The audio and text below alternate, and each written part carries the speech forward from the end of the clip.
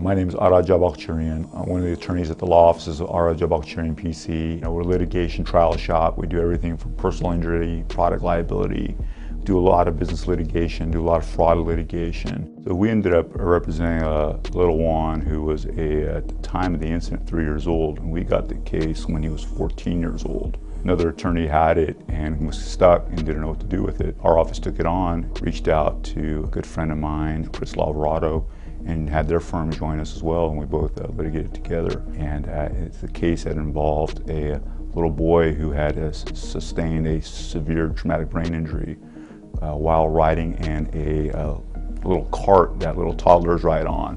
And it had gone down a pedestrian bridge when the cart separated from its handle, causing him to go over 100 feet unrestricted into a cement wall that fractured his skull.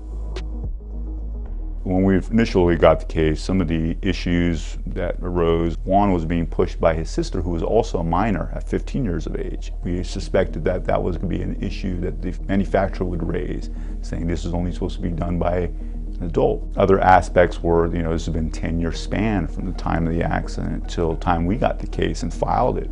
So there was a whole host of issues that happened between his 10 years in terms of this kid going to school, developing, hitting certain milestones. We ended up retaining over a half a dozen experts in the case. We also had somebody specialized in product liability went back and analyzed this whole cart and looked at everything from the materials. In fact, the expert went about doing a reconstruction that was actually entailed in the animations that we used, by looking at the speed, the dynamics, the angle, and then we wanted to put it in an animation to show how the actual physical dynamics of the collision in the brick wall translated into the skull fracture and the brain injury. So we brought in DK Global very early in the case. I think it increased the value of the case by demonstrating that, again, this is what the jury's gonna see.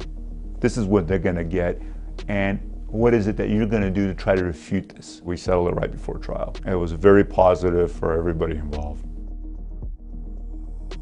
I think having the materials presented early on helped not only the other side, but the mediator understand. If you want to get $1 million case, you better have $1 million presentation. I learned that lesson a long time ago. In my opinion, the visuals are essentially the best way to communicate scientific information to the jury, who otherwise are going to get lost in some of the science jargon. So I think those visuals are paramount to any kind of serious brain injury. The old adage, a picture is worth 1,000 words, and if we're going at 60 frames a second, you can do the math on that. Everyone should be using this stuff at this point. And like I said, I think it's a malpractice on certain types of cases not to use such presentations.